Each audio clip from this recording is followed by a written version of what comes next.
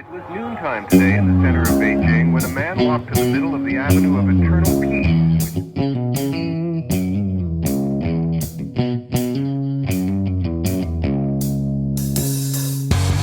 All right, welcome back to the Survival and Basic Badass Podcast, Kevin and Chuck. Today, well, I don't know, we thought we'd talk about some Navy stories. There's nothing more badass, and it is the Survival and Basic Badass Podcast. And we've always left it room for some adventure stories and some excitement. And that was kind of, keep the show a little more from the boring norm. And I don't know, as you guys know, me and Kevin were both in the Navy, and we wanted to, I don't know, share some of those stories, share some of the excitement. Because, the way I got it figured, I worry about young men and women now, and the way people are growing up in schools and society and how things are. And I think there's not the can do attitude, and maybe they get that from joining the United States Navy. I was talking to somebody at work yesterday, and we were like, yeah, kids don't have any kind of structure or feel the urgency to go get a job or go do anything, and they don't know what to do. And you have kids living at home until they're 35 or 40 or who knows what. And maybe the answer is for those kids joining the United States Navy, because that's where boys become men, women become women, something. I don't know. We all become, who knows? But that's where it happens. So I don't know. Kevin, you had a good time in the Navy. What do you think? Yeah, I mean, it was trying times. Did you cry yourself to sleep every night? It was terrible, but you don't remember the 18-hour days. You remember the fun stuff that happens. Yes, they actually, when I separated from my last command, the captain has a sit down with you before you leave, and he's like, before you decide to re-enlist or get out, he goes, everybody remembers the good stories and the good times, but he's like, but remember the other times, when people are sitting there crying themselves to sleep, or whatever it is that the horror, right? Yeah. Well, I was in when I first enlisted, it was Mr. Clinton that was the president. Slick Willie, and he just was slashing military funding, and so I remember working 16-hour days, regularly. That wasn't like a once in a while thing. That was a regular thing. And everything that broke down, you'd be like, oh, we got to replace this pump. And now we can't afford to replace the pump. Take the pump apart and see what's wrong with that.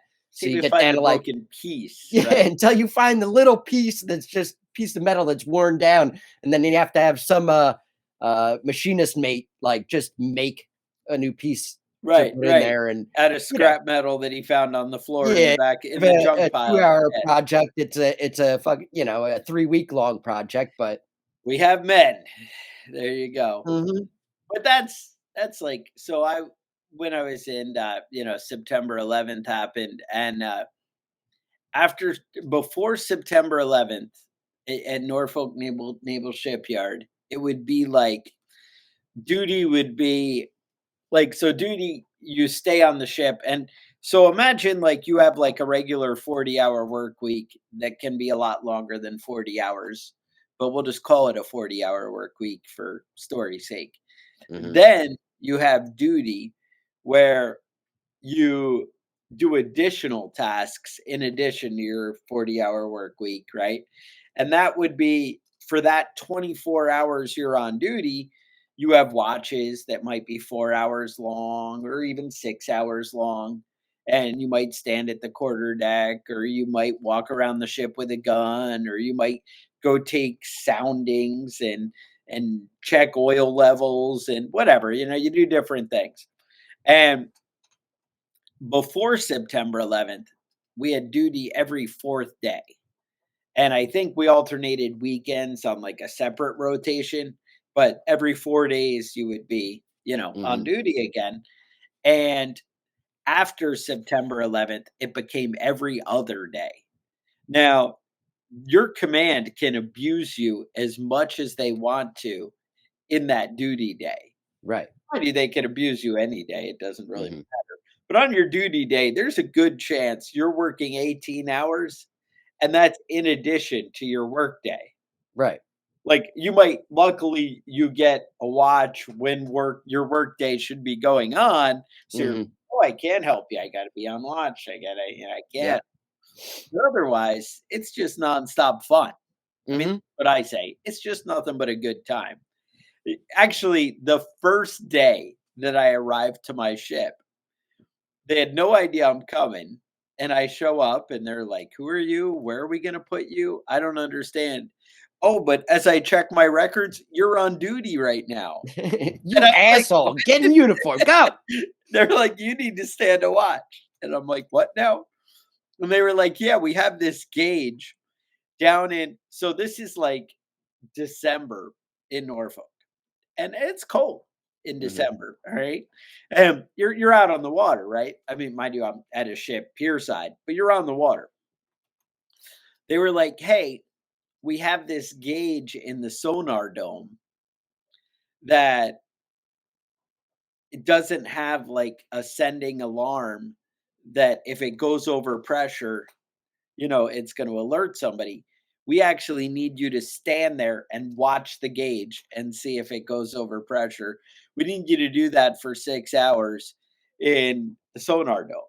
And they take me down there. Now, mind you, this is like the outer shell of the ship that you're sitting in, Mhm. and you're surrounded by water that's 25 degrees or whatever. Mhm. And they're like, "Sit here." And the guy hands me like 5 blankets. And I'm like, "You have blankets for watch?" I was like, "What? We just take a nap down here?" He's like, "Oh, no, don't worry. It's so cold, you'll never fall asleep." And he was right. And I just sat there freezing my ass off, shaking all night long. And I'm like, "Oh, that's not good." But I don't know. That's kind of how the Navy was, as like a general experience. There was a lot of that. There was a lot of that, and then there was a lot of drinking. Yeah. Yeah. A lot of drinking and a lot of like just suffering. I remember in Drinking? the Middle East on the opposite side, Mm. working in the engine room in 114 degrees outside, but inside in the engine room it was like 120. It was just pushing it a little bit to like, human tolerance. But I mean, it's that sort of thing. I think that there are a lot of kids What here makes that, boys into men? yeah, I mean, there's not a lot of suffering in modern American culture, and And the Navy is where you can do it? if you really want to have a miserable time and be, just have a terrible, terrible time, then the military is a great spot for you. Yeah. Um, it really is one of those things that's endurance. It's not you know, nothing too brutal. It's just a little shitty all the time. Yeah. But yeah, there's definitely a lot of drinking, a lot of fist fights. I remember being in uh Suda Bay, that was in Greece, and going out. And I was, I could drink. I could handle my liquor. I still can. I'm good at it. There's I some mean, you things. did learn that skill. I mean, There you are may have some had things it that people before have you joined talents the for. Navy, but you Right. definitely have a tolerance. But they had this stuff called ouzo. Have you ever been to Greece? I Never have have. been to Greece, but no, I don't recall it. Yeah, so it's so ouzo kind of tastes like Jägermeister. It's Oh, got kind of like that black licorice flavor. And that's a treat. uh I was knocking it down, and I was drinking with some old like salty guys. And they're like, "Nah, that's as much as I can do." And turns out ouzo has opium in it. Sure. So if you drink enough of it, that's it. And I remember taking a shot, on the bar stool, and that's the last thing I remember of that night. And I woke up the next day, and there was vomit all over me, and Who hasn't had you know, that play out? it was a disaster. So if you ever go to Greece, just take it easy with the ouzo. You know, it creeps up on you. That's the I don't know the big drinking. I feel like it was everywhere. I remember being in Turkey with, just sitting on the pier with a bottle of Jim Beam, or we went to the Virgin Islands one time and that Crucian rum. Because thing was, so the Crucian rum you could buy it for like $3 a bottle Right. in the Virgin Islands, and it was funny if you ordered like a rum and coke, because the coke was hard to get it there because it's an Right. island. They would like pour in the glass like 2 ounces or an ounce of coke, depending what you ordered, whatever. Hmm. They'd pour in the coke and then they would hand you the bottle of the rum to Right. Drink pour as in much what as you you want of want. that. They were like, "You figure it out," but and you're like, "Well, could I get more coke? Like, this is a bit." Oh no, oh, that's another drink. You gotta, Yeah. and you're like, "All right, that's different." Yeah, I Um, remember that definitely in the islands down in the Caribbean. It was definitely a lot of rum, but the Coke and the anything that was a mixer was expensive. yeah, yeah, exactly. No, it's just funny how that stuff works.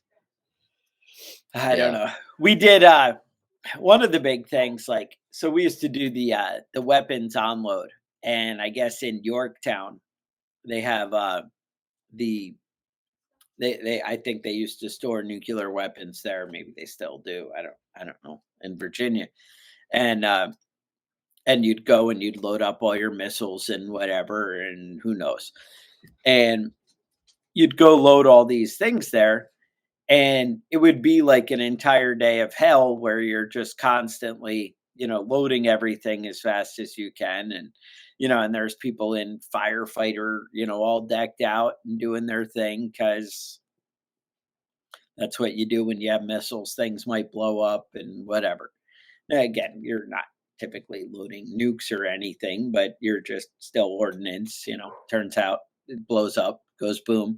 Um, so they were like, "Hey, it'd be great if you took the duty vehicle and drove it up from Norfolk and met the ship up there, and that way, you could whatever. We'd have a vehicle to drive around, and we'd be cool." I'm like, "All right, no problem." I drive the van up there, and they they ended up, you go to the gate and there's no, like, nothing across the road. It's just like a guard shack. There's a lot of scary signs that are like, minefields and don't do anything, we're going to shoot you, whatever. And so I go up to the gate and there's nobody there, and it's got mirrored glass on the guard shack. And I'm sitting there waiting, and I'm like, "Hey, there's nobody here." I wait like 10 minutes. That's a long time, because everything's like whatever. And I'm like, "Oh, the guy must be asleep, whatever." And so I drive forward. I get about 10 feet, and this guy's fired off his gun and out there screaming and hollering. And I'm like, "What's your fucking problem? Like, what the hell?" And he comes over. He's like, "I told you to wait." And I'm like, "You didn't tell me shit. I don't know what you're talking about." He's like, "I was on the phone. You didn't see me hold up my finger." And I'm like, "No, there's mirrored glass." And he's like, "You should have known. You just wait." I'm like, "Whatever, man. Piss off. Dude, freaking Yeah, minefields. Get bunch out." of But the joke's on them, because after the hard day of labor, we all go up drinking in the bar they have there. And we just got hammered. It was bad. And yeah, I recall throwing up in a urinal, and they were not happy with that, apparently. And so they somehow got MPs who came in and were like grilling everybody. "Was it you? Was it you?" They come over to me, and I'm all like shot, and they're like, "Was it you?" The guy goes, "You look like you're sober." I don't think it was you. And they move on, and I'm like, good answer. Yeah, you look like you're sober because you threw up all the alcohol you had in you. I'm like, I got rid of it. We're good. I Yeah. don't know. I didn't think all the stories would be alcohol, but No, they're pretty much all alcohol. that's the theme. Yeah, if I recall properly. So when a battle group does a deployment, they like to get qualified beforehand. And so one of the big things you do is back in the day, and this place closed down in like 2003, but in Puerto Rico there's Vieques Island. And it's a little touchy. I looked it up on the internet to kind of get the spelling right and make sure I knew what I was talking about. And Vieques Island, we basically go kind of do beach landings and just bomb the hell out of it. Shoot like every kind of thing we have at it and just make sure all our guns work. And it's kind of cool, but they get kind of worked up about turns out they want to protest that we were putting all this ordnance on this island and destroying a beautiful piece of land. But I kind of want to say it was our piece of land. Like it wasn't America. We won wars, and then and then we did stuff. Set this up. That's how wars always work, right? When you win, you get to blow shit up. That's how it works. But anyway, so we took it upon ourselves to go, blow this island up for a day. And I was on a guided missile cruiser. So I was on the Vela Gulf at the time. And it's basically got two 5-inch guns. So it has a 5-inch gun in the backside and a 5-inch gun in the front. And, kind of like a battleship's laid out, except they have like 10, 16-inch guns on each end. But, the same thing, really. But a battleship, the decks are all made out of wood because when you shoot those big guns, it really shakes things. But anyway, there were two of us, and the other ship broke and had to take off. So we ended up getting all their range time, like in addition to ours. So the powers that be on my ship were like, it'd be awesome. We can shoot these 5-inch guns one every 1.5 seconds. What if we fire both of them back and forth as fast as we can until we run out of ammo? Because wouldn't that be awesome? Sounded awesome to me. They didn't really care about my opinion, but I was down. And so we're like, yeah, let's do that. So we go and do it. Ended up cracking like one of the levels of the ship had a 10 to 13 foot crack down the middle of the hallway, the P way, if you will. And it just like cracked it right open, and we're like, just from the torque of going back and forth just from one end to the other, back and forth. So they definitely have some impressive power, and the Navy's known for making good decisions. Yeah, so, yeah, no, yeah, absolutely. I remember going to port in Sicily. Sicily's like an interesting little area. We were in Augusta Bay. That's on the southern end of Sicily. Are you sure? All these places sound kind of the same. You're not just making these up. This is a whole different place. Okay. But in Sicily, it's the Italian mob is a thing because that was the case in Italy. They one of the standard things is shipping in people from different countries and holding their IDs and making them be whatever, your servant, your slave, whatever it is. And that's just kind of how human trafficking works, right? Yeah. So there's a lot of Algerian people there. When I went there, they give you a map and they say, don't go to these spots. These are the areas to stay away from. And I was 19. Of course, that's the first spot I'm going to go to. And I go there with a couple of friends, and I look down the street and I saw people that I recognized from my ship, like going in and out of buildings, down the street. They were whorehouses. I didn't, I was 19. I didn't know anything about that. And I got excited. Like, this is this is the interesting thing. I got to look into this. So I start walking down the street, and this Algerian lady comes up to me. She was probably middle-aged woman, and she starts talking to me, obviously a hooker. And I said, Kevin. I don't speak Sicilian, and I don't know what she heard, but she started swinging on me. Whoa, Kevin. So I'm 19. Obviously, middle-aged woman isn't gonna fucking hit me with anything. I'm just Kevin. leaned back and moved out of the way, and I thought, I could rock the fuck out of this bitch. Is that what you thought? I mean, it's self-defense, right? I mean, that's the rules in the United States, but I don't know what the rules are in Sicily. So I just let it go. I just, kept my distance and got out of there. But I don't know what the situation is. Like, I don't know. If a Algerian hooker swings on you, can you punch back in Sicily? If you're in Italy, let me know. Let me know if that was the bad. That's one for the comments. Back out of it. Yeah. Well, I do know that when we were in Germany, I don't know where exact. I want to say it was Kiel or Rostock. Rostock's in East Germany. Kiel's in West Germany. We did a lot more partying in West Germany, so I'm going to say it was probably in Kiel. And we had a sailor go out, and it's funny because I was working in the wardroom at the time, and that's like where the officers' mess is or whatever, and that's a whole other story. But we had a sailor go out, and apparently he got in a fight with a prostitute. So Kevin, here, this is your time, time to shine, right?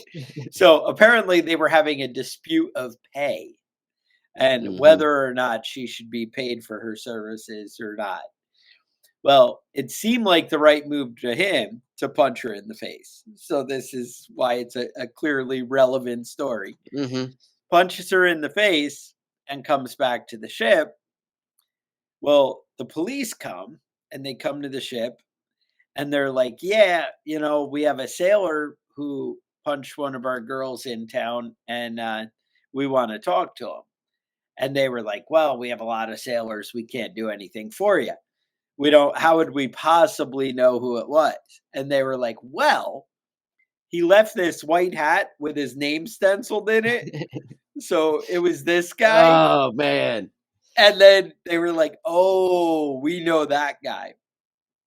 So I'm in the wardroom and hear all these discussions. So they come back in and they call JAG and are like, so what do we do about this one? And the JAG officer is like, well, since we're a U.S. ship, we can say we're going to handle it, and you can just keep them and say we'll look into it. And XO looks around and he's like, you know what? That guy's kind of a dirtbag. Turn him over. And I'm like, shit. And they sold that guy out. We never saw him again. So I don't know it. That's how it goes sometimes, So Kevin, punching prostitutes is a no-go.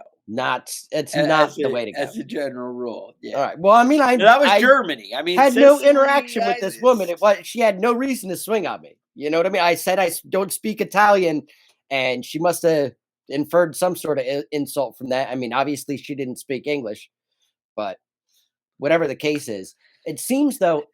Now I remember a story or an event when we were down in was it Puerto Rico? Possibly Puerto Rico, in the Caribbean somewhere. And this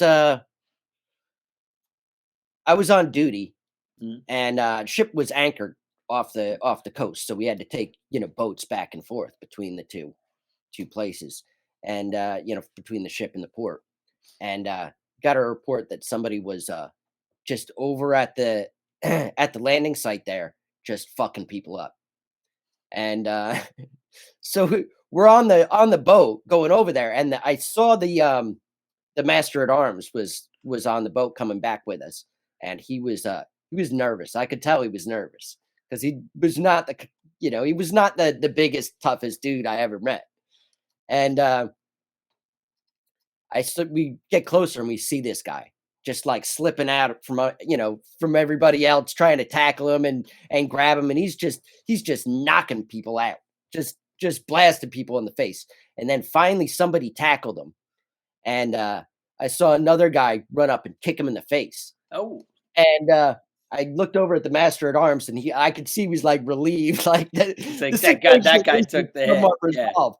And then the guy that kicked him in the face looked around and then went over and stomped on his head just because we got closer, and the guy that was kicking him, it looked like he broke his nose. It wasn't for no reason. But so they got the guy subdued. They got him, zip tied, and they took him back to the ship, and he cooled off and sobered up. And they give him a captain's mast, and they give him 30 days no leave, 30 days half pay. But we Yeah. were out at sea for the next 30 days. So the no leave thing really had no effect. But No. Yeah. at the same time, it seems that in the Half pay. military, yeah, but in the military, When your pay is nothing, half of it is half like, of it is it doesn't make any difference. And it seems to me when you like, there's a lot of things you can get in trouble in the military for, but like fucking people up, that's not really one of them. They don't really care about that. You shouldn't do that, is basically what you get. as a no go. I was on a ship when I was first in, and I saw one of the mates talking to one of the deckhands, and he said, he goes, "Hey, take that paint, go outside, and paint that capstan." The guy's like, "No, I'm not going out there." He said, "Why not?" He goes, "Well, you got a hammer in your hand. You're gonna hit me with it if I try and go past you." He said, "No, I'm not." He goes, "Yes, you are." He goes, "No, I'm not." He goes, "All right." He goes to go out, and he hits him in the Why? kneecap with the hammer. Why? Just for fun. Kevin, Just for fun. there are bad people in the Nope. military. No problem with that. There is no like repercussions for that. But how? Same guy How are you going to become a man if somebody doesn't assault you with a hammer in the P-way every once for in no a while? reason, right? Same guy. Now I didn't see this firsthand. I heard the reports back afterwards, but he said he was getting transferred to a different ship, and went and talked to this boatswain mate and said, "Hey, I just wanted to, let you know I'm leaving, and let you know that you're the meanest son of a bitch I ever met." So he stabbed him in the leg, just Sure. stuck it in his thigh. He goes, "Go to medical and get that stitched up." He goes, "And now you'll know that I am the meanest motherfucker you ever met." Kevin, that's inappropriate behavior. That's the problem. Yeah, but I mean, there's that sort of stuff that there's really no consequences for it. It's just boys being boys. Boys being boys. It's Mhm. what they do. I will say, like, as much as there's all the negative, frustrating stories, I mean, I could think of days like I definitely was troubleshooting a problem one time for like 24, 25 hours straight. And like I stopped, and I mean straight, I mean like straight. Like at the 24-hour mark, I was like, you know what? I'm gonna go get chow for the first time in the 24 Right. hours. Because I'm like, this is getting ridiculous. And then the captain or something saw me in the chow line and was like, no, get back, get back to work, And I'm like, it just, it was getting so bad. Like I was like the only guy, not like the only capable guy. I was just the only guy, for a good while on my ship because everybody got like captain's mast or whatever Mhm. and sent off. I think one of them was with like a chief's daughter and different things, and one of them, a bad knee and went away, and just there was nobody left. It got to every port that we would go into. I would just go out drinking like nonstop. And I'm like, if I'm really drunk, they can't make me work. That was always my plan, Uh-huh. right? I'd come in at 2 a.m, just sauced, and you walk back to the ship and you're like, yeah, I'm here. And they'd be like, this broke. You need to get on it. Right. And I'm That like, drug excuse doesn't work. yeah. And you're like, but I'm really drunk. Nope. Nope. Get on it. But I'm an electrician. It's probably dangerous. Nope. Nope. Get on it. And yeah. it was kind of rough. I had one. I think the one with the 24 hours. It's funny, like when radios don't work, it's always like the crypto because it's like the radio men didn't do their thing, right? And so it doesn't match up. We'll just say it's like having the right software to, make a connection or whatever. They have to, and imagine they have to load it every day or whatever. So you always are like, you know what, put in the new crypto and it's going to be good, right? And so they call me and we have two of the same radio and they're transceivers. So they transmit and they receive. And and that's in one unit, right? So in theory, I should be able to call out to myself and then have it like answer on the other side and talk back and forth between the two. So they're like, hey, this one radio doesn't work. We call everybody in the fleet and nobody can hear us.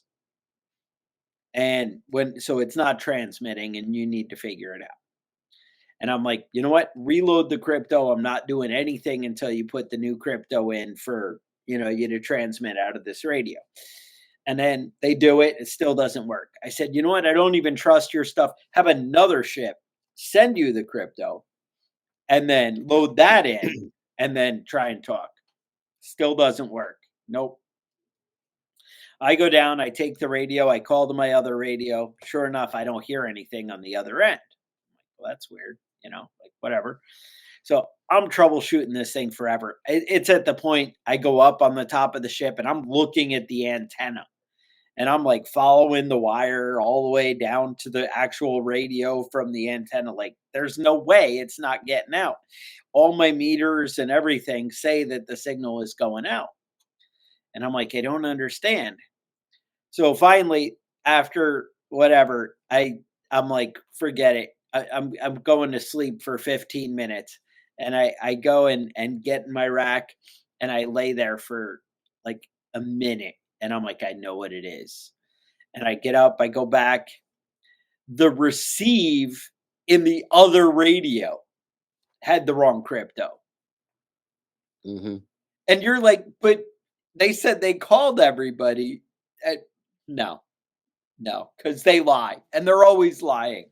And that's the kind of frustration though. And I know I'm not the only person in the world who's experienced this. I know there's like a million of you at your job that it's the same thing. You're like, that happened to me where did you turn it off and back on? Yeah. Yeah. I absolutely did that. Absolutely. Yep. Do you even know where you are today?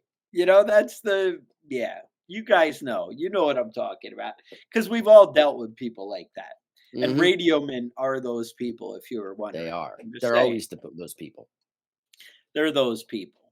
But I guess they have the technology to mess up, right? It's harder to mess up when, you're mopping decks and you're like, I'm holding the mop upside down the whole time. I don't know what's going on. Is that I don't know. I don't know what else you do. Or working the paintbrush on the side of the ship. It's what are you gonna do?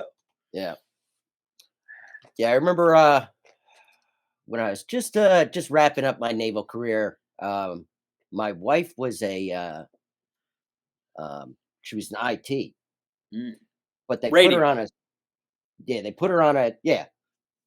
security detail. Yeah, and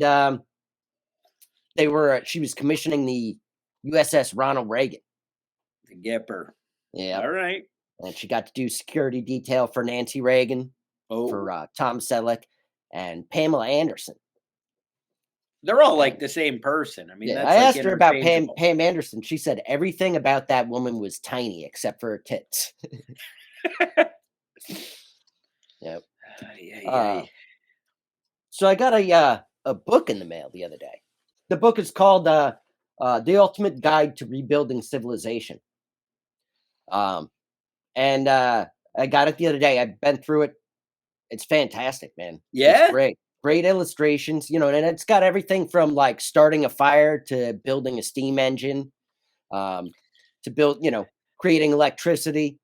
It's now, a lot of things promise big, but right. You feel like this delivers. This delivers, man. It's really good. Really good. So the Ultimate Guide to Rebuilding Civilization, got it last week, and I've gone through the whole thing. Oh, There it is. But and it's got it's got so much cool information in here. I'm gonna have to like go through and try and build some of these things. So it's got like medicinal plants, food, tools, optics, about microscopes and telescopes and things like that, aviation.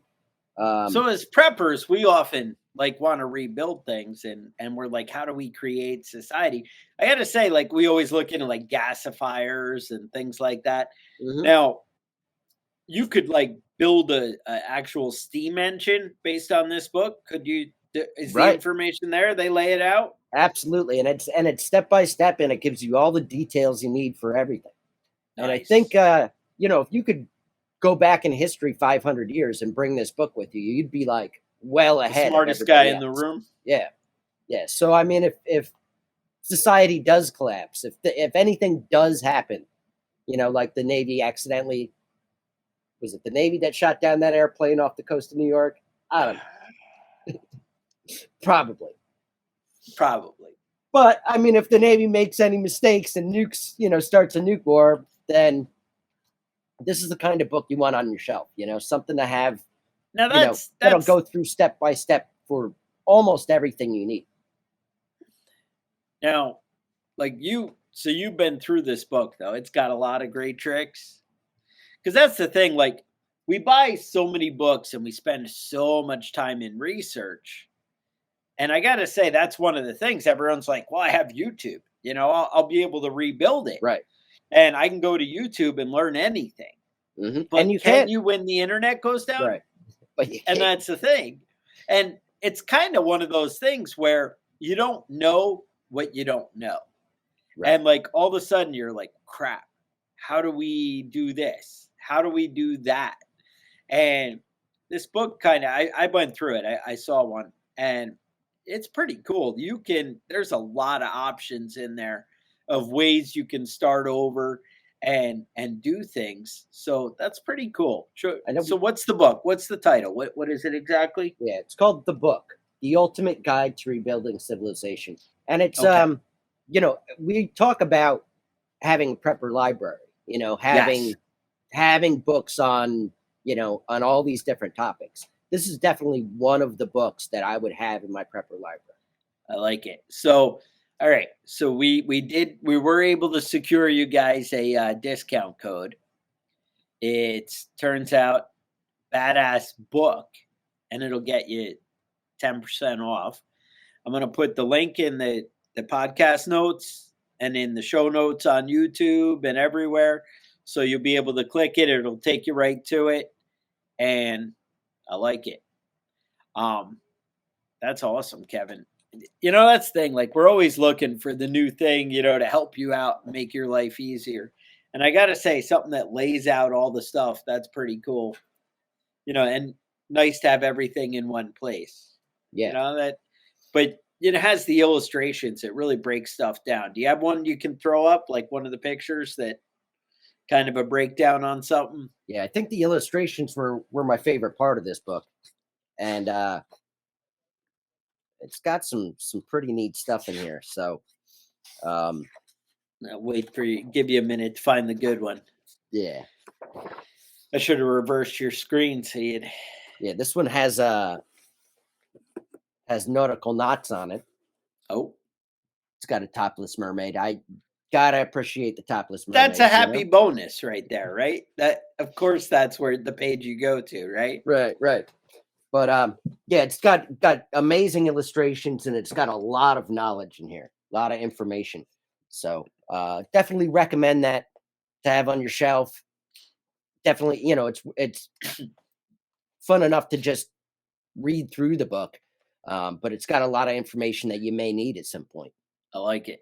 So I will put it in the show notes. Make sure you guys have access to that. That's awesome.